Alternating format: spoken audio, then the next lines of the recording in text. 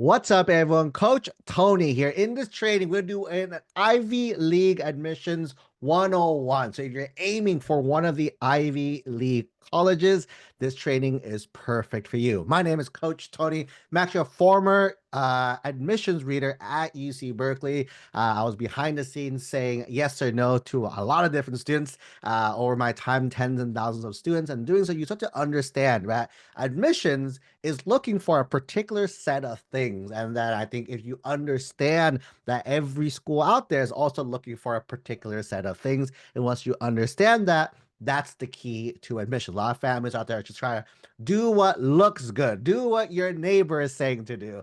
And that sometimes doesn't work. I'm sure you guys have seen stories firsthand of students who did all the impressive things and still didn't get into these schools. So hopefully into this session, we're gonna break down the Ivy. It's a little different than all the other schools, but but the thing is the Ivy admissions. We're gonna go ahead and talk about that today, and focus on how to stand out here. So I'm gonna go ahead and share my screen really quick. Let me know if on your end. So those who are here, I'm going live right now to a group of folks. If you guys can see this on your screen, let me know. Drop a quick little yes in the chat if you guys can see what I am showing on the screen there. So I know I am good to go. So I'm not just talking to group to a blank screen is all. Looks like we are good. A few yeses coming through. Fantastic. Cool, cool. So again, today we're gonna talk about three different things. Number one, we're gonna talk about how Ivy League admission officers review application is part number one. Number two, we're gonna talk about the biggest misconceptions about Ivy Leagues, the biggest myths. And number three is how to craft an application that again does what the readers are looking for. Again, that's kind of trick here. There's no need to kind of do a lot of random things that may or may not make sense. You want to do things that does stand out, that does matter in this process here. Okay, so first off, let's talk about how Ivy League admissions actually works. Okay, so the first thing to understand when it comes to Ivy League admissions, uses holistic review, right? So what holistic review is that they don't just look at, it's not just your GPA, right? People be like, oh man, I have to get a good GPA and I'm good to go. That's not it either. It's not just your SAT or ACT scores. People are like, oh no, I have to get a certain score and I'm good, right? That's just one piece. Or the number of AP, IB college level classes that you took in. That alone may not matter too much as well, too. The big thing that colleges want to know is who is this person and what will they bring to our campus community. I think that's going to be the big question that as a reader, that's what they're going to be thinking about. And as they're reading through your applicant, they're trying to understand this part, okay?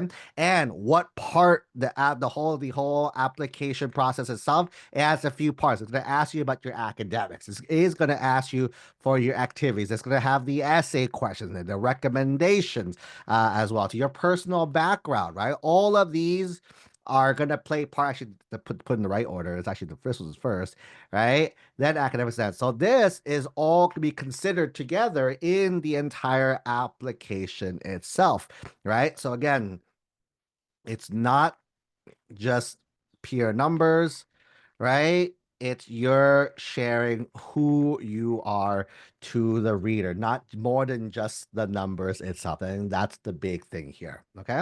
So what are they looking for? So the first part, right, let's kind of break it down. The first part is the academics. The academics is an important part of the process here, right? So first off, we always talk about grade trends, right? What are we looking for here, right? Do you need to get straight A's?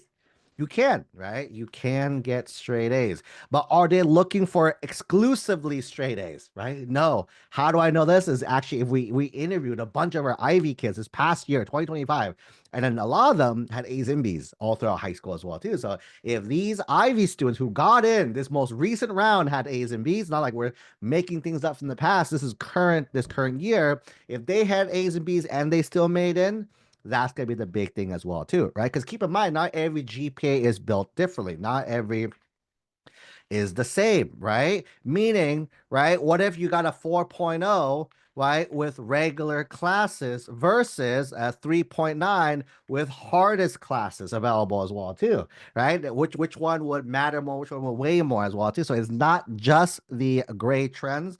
A big component we talk a lot is going to be course rigor, right? The biggest thing we tell students to do all the time is, did you max out? Did you max out your school's offerings, right? So meaning if your school offered two APs in 10th grade, did you take the two APs in 10th grade? If your school offers five APs 11th grade, did you take five APs 11th grade as well too? And that's kind of what they're trying to look for, so to maximize their course offerings, okay?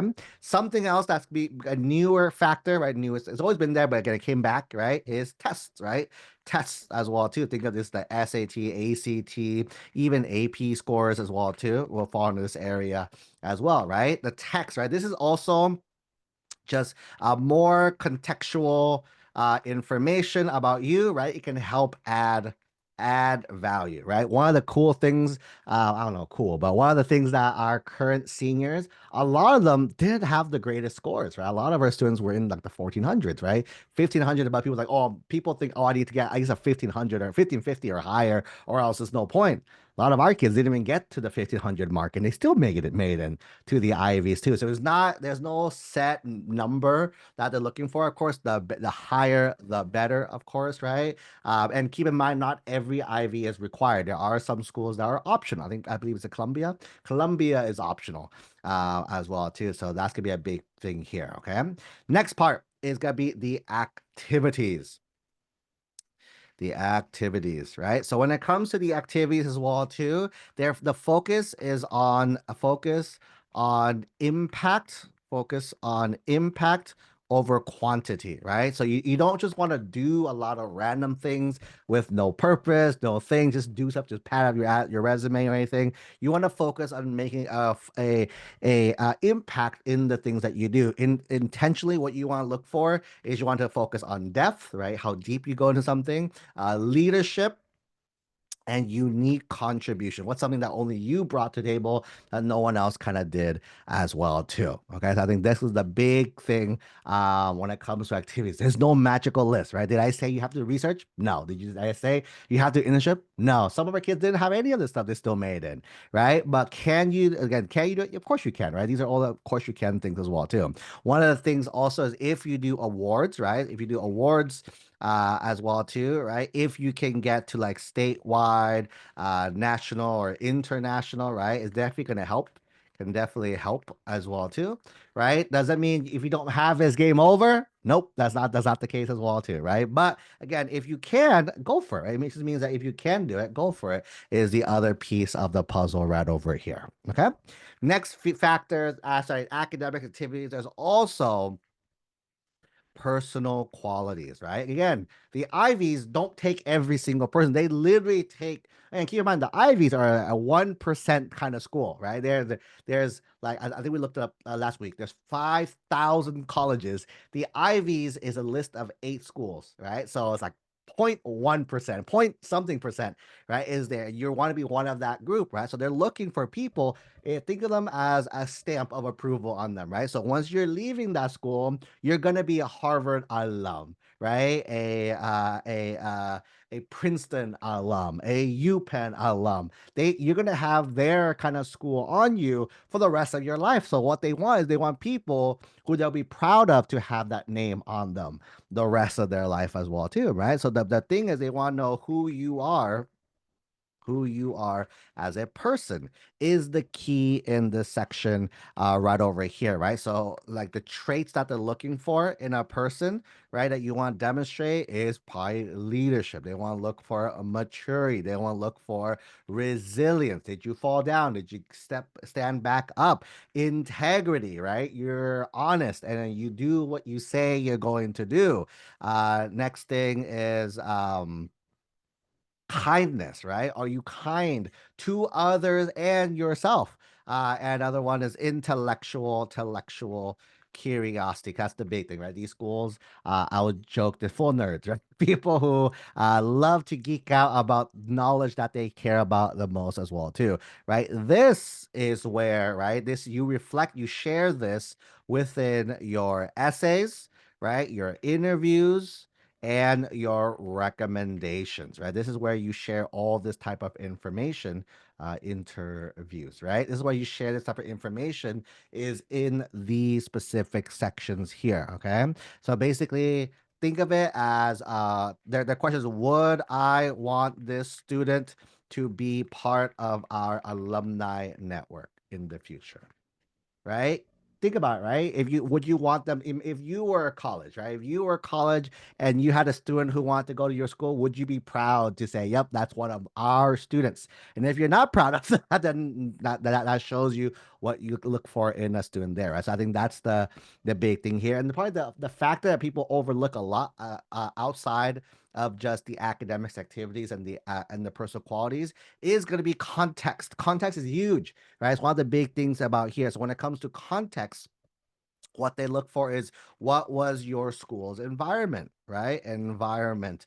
Like as well too, because again, we have students from, let's say, the Bay Area where they are taking three APs as a ninth grader. Spoilers, that's not normal, right? That's definitely not normal at all. Most students don't even get in close to that ninth grade year. But for that school, if you're not taking three, you're behind as well too. So again, what was like what classes were available to you, right? Specifically, what advanced classes, right? Advanced classes were available to you, okay? Was your school resource, right? Did it have resources, right? Was your school competitive? As well too. Some of you guys say, I go to a very competitive school. That plays a role, right? They understand that within that context. Whereas there any personal or family circumstances, right? That played a role in your thing as well too. Because we're human, right? Because we're human, we navigate through life as well too. So when it comes to here, right, is there anything that was in their way for them? And keep in mind, colleges is or this is Ivies, right? Ivies and colleges in general, right? Are not looking for students with the most resources, right? These schools are looking for students who are the most resourceful. I think that's the big key. Resources doesn't really matter as much as being resourceful, right? When people tell me, Coach Tony, my school doesn't offer this, I'm like, okay, does your community offer that? Does the school next door offer that? Does the online community offer that? So there's a lot of ways, especially in today's world, 2025 now, right? That there's lots of opportunities for you to do things that's not directly related to your school either. You can do things outside your school, and that's total fair game as well. Okay. Now, when it comes to this is like some behind the scenes stuff for you guys in case we're interested. The process, right? The process behind the scenes, behind the scenes is that once you guys apply, right? When you apply, readers will read your application and score it. Right? Those gonna go ahead and score your application as well too. All right, either 1 to 5 or 1 to 9 scale, right? One is saying the most outstanding student, right? So if you're one, you're fighting for that person as well too. And if it's like a 4, 5, or like a 8, 9, right? That typically means unlikely to be admitted, right? Unless something is truly extraordinary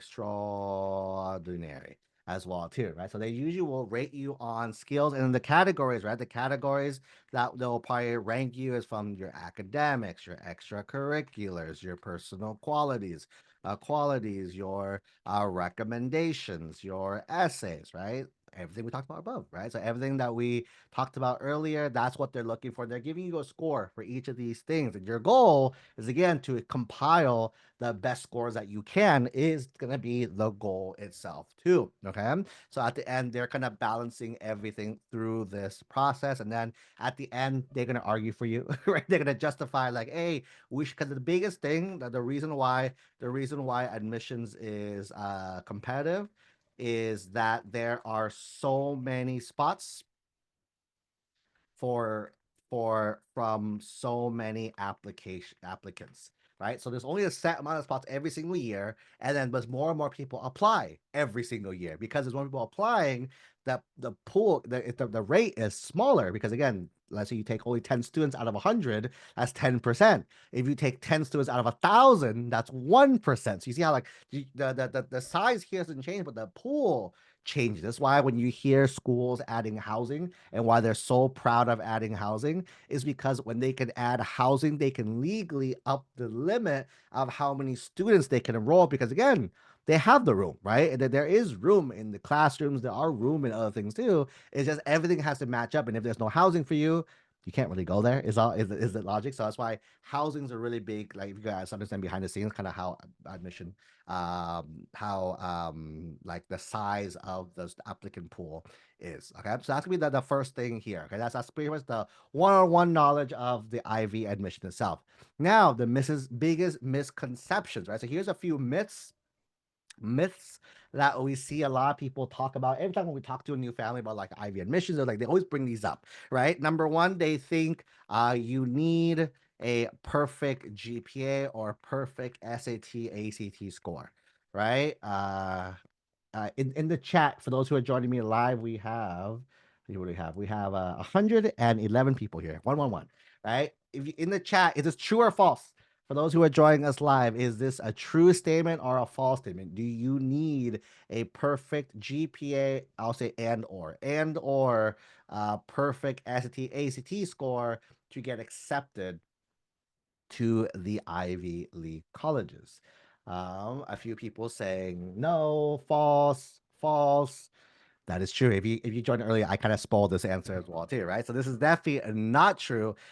Many 4.0 plus students are rejected, and then also many 1600 students, right? 1636 students are rejected year after year because again, right? There's more. What does a GPA tell you? What does a test score tell you? A GPA tells me that again, you probably took honors courses and this stuff, but did well. But again, does that mean you took the most that you could? No, there's always a way to gamify the score to make it higher than it should be. Same thing with test scores. That you're a good test taker.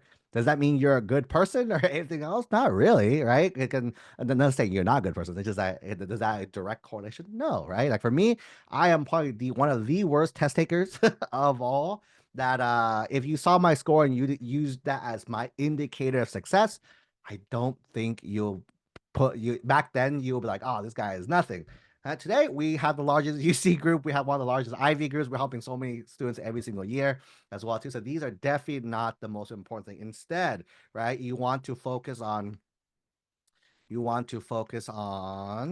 grade trends, right? Keeping the grades over time very strong, right? As many A's as you can. If you get a few B's, I always joke, mom and dad will get mad at you. I'll be fine with the student, right? Try to get as many strong grades as you can. And the other piece of this is is maxing rigor, right? Maxing out rigor. If your school offers that class, you take it. Your school offers two, you take two. Your school offers six, you take six. And here's the thing that I do hear a lot that families said, you're like, but Coach Tony, that's so many, right? That's so many classes. And I'm like, all right, let's take a step back, guys. Number one, is someone doing that? I'm not saying do something impossible. I'm saying you want to match the top student. In theory, someone else is doing this. So it's not impossible. Someone else is doing the same thing that I'm telling you to do. Number one. Number two, you are trying to get into one of the top 8 colleges in the world, right? As well, too. That's top, not even 1%, even smaller than 1% of all the colleges out there in the United States. Don't you think you have to do things that are only top 1% of people do to make it into top 1%? And if not, then all of us will be millionaires and billionaires. No, there's only like, I think there's only 3,000 billionaires in the world, right? Out of like, what is it, 8 billion people, 7 billion people, right? That many, that's so little, right? Same thing with the concept of Ivies, right? If you want to go to the Ivy, you're aiming for to be literally the elite, right? So you got to perform the behaviors to match that. Does it just, again, it's a little segue now, right? Does that mean if you can't do it, you're not good? Absolutely not. Many students, again, you don't have to go to the Ivies. So I don't think in today's world to get the success you need. But again, it helps, right? It helps as well too. The alumni network's pretty strong. They can help you with opportunities as well too. Okay, so that's the big one. Number one. Number two. Another one. Your goal is to be well-rounded. Goal is to be well-rounded. Let me know in the chat. Is this true for Ivy admissions? Right? Is this true? Yes or no? Your goal is to be well-rounded. True or false? I see a few trues. I see someone saying false. Two people saying false. The answer, this is false, right? So you do not want to be well-rounded is the key, right? When it comes to Ivy admissions, right? We call it pointy or spike. You want to have a spike in your application itself. Because again, imagine this, you are trying to do stuff that people are not doing anyways. If you're well-rounded, you look like everyone else, right? Everyone is well-rounded. Everyone looks the same as well too. So when you're aiming for a school, you want to have a spike, a point. Basically, what's something that you do that no one else can copy, no one else can replicate what you're doing, right? So basically, you want to be deeply exceptional in like one or two areas, right, of your application itself, right? And that's the big thing. If I were you, by the way, if you're taking notes, I don't recommend this being academics because there's a lot of people who are really, really good academically. If you start to eliminate stuff where you are pointy and spiky is through your activities. Right? Your activities is where you want to be spiky or pointy as well too, right? Doing things that again only you can do. And again, this doesn't mean research, internships. You know how many other kids are doing internships and research? So that's not what I meant either, right? This is what's something unique, right? Unique that again, wow, I've never seen this before. And the only way you do that is you have to do more of you because when you start copying other people, you're just kind of you're a copycat of someone else, right? But if you're focusing everything on you yourself, that's the true twist here. Okay, that's that. Next one, number three, right? Legacy admissions is the way in, right? Let me know if this is true or not. Legacy is your way in. You guys heard about Ivy admissions and heard about legacy. Oh, Coach Tony, my dad went here. My mom went here. My dad's parents went here. My mom's parents went here. They all went here as well too. I'm gonna probably get there in as well too. Right? Is this true? Yes, no. People in the chat. Shout out to you all. No, this is not no longer the case as well to most students, right? Most students get accepted gets accepted nowadays without legacy. Plus, I think it's also illegal now in certain schools as well too. So that's not right. And then the only way, again, if it does, I always ask our students, our families, like, how much have you donated to the school as well? A funny story. And this is not the Ivies. This is Berkeley, right? Still a pretty top school. I remember I was at Berkeley and I was helping out with some event, and then Berkeley got a check for I think 5 million dollars, right? And all they did was say thank you. They just said thank you to 5 million. If you give it to a high school, they will rename the whole town after you, right? But if you donate to, so imagine the Ivies, how much you donate to have a significant impact there. So again, this is definitely not one of the big factors in today's admissions anymore. And last one, right? Last one is that I just need strong grades and strong extracurriculars. Right? Is this true? Is this true or false? Let me know in the chat, y'all. If all you need is strong grades and strong extracurriculars. That's right. Chat is on top of it. Is false as well too. The most important section I would argue is the missing piece, right? Essays are usually the piece that tips the scale in your favor or out or out of your favor as well too. So the S is that's why a lot of families. So I coach Tony, can you chance us? Can you chance our things? I'm like, I can't because the biggest piece is unwritten. I don't. It could be a yes, it could be a no. Depends how you write. Everything is the biggest piece as well too. So I tell families the essays are probably one of the most important pieces to make sure you have correct here. Okay, so that's that. Moving on to last piece, really quick in the chat. Is this pace good? You guys liking the material so far? Can I give you guys some tips on how to craft an application? Because we're at time, so we can end it here or do a last section. Let me know in the chat. You want to end it? You wanna do tips? One person says tips. Tips. Someone says finish. All right, let's go ahead and finish as well too. Okay, so how to craft an application. A few things, right? Number one, when it comes to the academics, you want to max rigor relative to your school's offering. What does your school offer? Max that, right? Again, I always tell students, what's the student doing the most at your school? You want to match their rigor. You might not match their GPA, which is fine. That's not what our goal is. Our goal is to max the rigor. And keep in mind, they're more than just your school. So I'm like, Coach Tony, my school doesn't offer, my schedule doesn't allow, blah, blah, blah. I'm like, cool. There's things called dual consider, right? Outside courses, right? So there's things called UC Scout, there's things called BYU, there's Silicon Valley High School, right? These are online high schools that offer AP level coursework, usually online, usually self-paced, usually asynchronous. And what you do is you go ahead and take it, and it shows as the same rigor as a full year AP course that you're taking. These do cost money, so heads up there, right? The other option is dual enrollment. For those who've been following me for a long time, I love dual enrollment. One of my favorite strategies of all time. These are college level courses, right? College level courses that you take as a high school student, and then they can get you college level credit if you take the right ones as well too. So that is a way to kind of supplement if your school doesn't offer a lot, but or you can't physically cram more classes in. You can consider these options as well too. Okay. Second one, when it comes to activities, right? Activities, what you want to do is you want to demonstrate what the college is looking for: leadership. You want to demonstrate depth. You want to demonstrate originality, and tangible outcomes, right?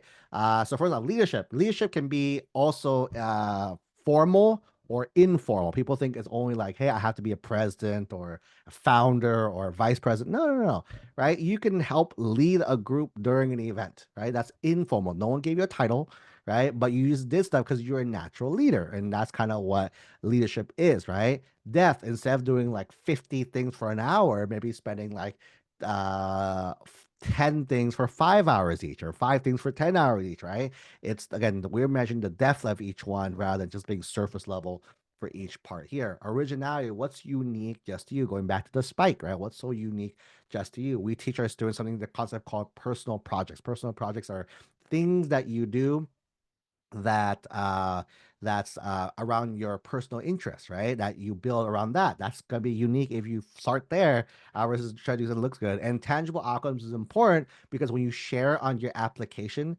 metrics and context are really important. You can't just say, I won a competition. You're like, cool, that's cool. So what? But if I told you, hey, I finished second in a competition, that's better, right? But what does that mean though? Versus if I told you I finished second in a international contest of over 17,000 people, holy moly, you're a rock star, right? So you see, that context is really important. So if you can give tangible outcomes, that's gonna be a big key of this as well, right? And this one again, there's nothing that you need to do, right? This is one of the big things that people always ask me, Coach Tony, give me the secret, give me the magical list, give me the which research program, which internship, which summer program, all these things as well too, right? There's none of those that exist, right? It's all around your student and what they want to do here. Okay. Next one, their story. The student's personal story as well too. Again, authentic voice, especially in a world, especially nowadays with our 2026 seniors about to start and starting their essays. Right, AI is really big this year as well too. It's only going to get bigger and bigger and bigger as the years go on. Is the biggest one, and again, AI is good. It's getting better every day, but it's not as good as a human yet. Right, you can kind of tell really fast when a student wrote something or when AI wrote something as well too. As long as you're authentic to you and your voice, you're good to go. Little pro tip, fun fact, by the way, you see how I'm writing this on a Google Doc. Another pro tip for students. This is a super off topic, but a good pro tip for students: start using tools like a Google Doc when you do stuff. Right. The reason why is in today's world, a lot of people are going to accuse people of like, oh, you used AI, you used this as well too. However, if you use a Google Doc, right, it tracks literally minute by minute, right? So again, there's so much I can type in a minute, right? If I'm what 60 words a minute, you see 60 more words. If I'm at like 100 words a minute, you see 100 words. AI is usually like a paragraph and multiple paragraphs, a few hundred words. So if in a minute you see I crank out a few hundred words, oops, a little red flag there. That's the big thing. So again, I always tell her, so that's why all of our students use Google Docs when they're editing their prompts, is we can showcase if anyone got accused of everything. Like, no, look here, look at the history, look at the history of everything. That's gonna be that's what help our students out as well too. Okay. Another thing is don't force any essays, right? Meaning, right? Some people are like, let me try to make the reader cry. Let me try to make the reader laugh. Let me try to do things that is not them, right? And again, there's no need to make your reader feel any emotion. Just again, just be yourself. Just be what you're trying to talk about and talk about that. That's kind of all you pretty much need there, okay? And then the other big part when it comes to personal essay is focus on the who and the how over the what. This is the other big red flag a lot of students do. They focus so much on telling me what you did rather than telling me who you've become as a result, or how you've become the person that you are today. That's more important than the actual what that happened here. Okay. And the last piece, little freebie here, is letters of recommendations, right? When it comes to letters of recommendations, your goal is to add new value to your application. The big reason why most letters of rec suck is the reason why is they always say nice things. They always say Johnny was a great student here, or Sally was a pleasure to have in class. But as a reader, I don't really care about that because I already know that. I can see you're great in school. I see you have all A's. I see you're great in soccer. I see you're a team captain. So there's things that I already know about the student. I don't need to be reminded. Again, you're not proving anything to the readers. What the letters of recommendation are doing is something new. You're going to add a new part that I haven't learned about yet. Maybe I haven't learned how resilient you truly are, and that's a story that comes from your soccer coach as well too. Maybe I haven't learned about your true leadership skills, and that comes out through your math teacher as well too, right? So new things that I don't already know. That's the key to very, very strong letters of recommendations itself. Okay. At the end of the day, right? If you guys want to see it for yourself, here's a little challenge for you guys, a little fun little to do afterwards, right? If you guys want to see real life case studies, right? To see real life case studies of these stories, check us out. Check us out on YouTube, right? Check us out. Just Google up Egelloc. All right, on YouTube, that's the word college backwards, and then you'll probably find a bunch of our students, and we asked them what classes they took, we asked them for their grades, what activities they do, why they applied to the schools they did, as well too, and they all shared all that to you guys. So if you guys are interested in seeing like, hey, I'm saying all these words and it sounds cool, but again, where you want to see it in practice, you see our students are the exact epitome of everything we said. Not every student is a perfect student academic. Not every student is doing all fancy stuff. Are there? There are. We do. We have some really smart kids. We have some really awesome students who are doing really cool things. But is that everyone? Nope. And you can see it for yourself in this section over here. Okay. that is pretty much it for this training here. So before I bid you guys adieu, if you guys are interested in my notes, go ahead and just text us 949 for the notes. And then we'll go ahead and send you guys the notes to this call over here. Okay, so that's it for me. If you guys have any questions, go ahead and let us know in the chat. If not, I will see you guys in the next training.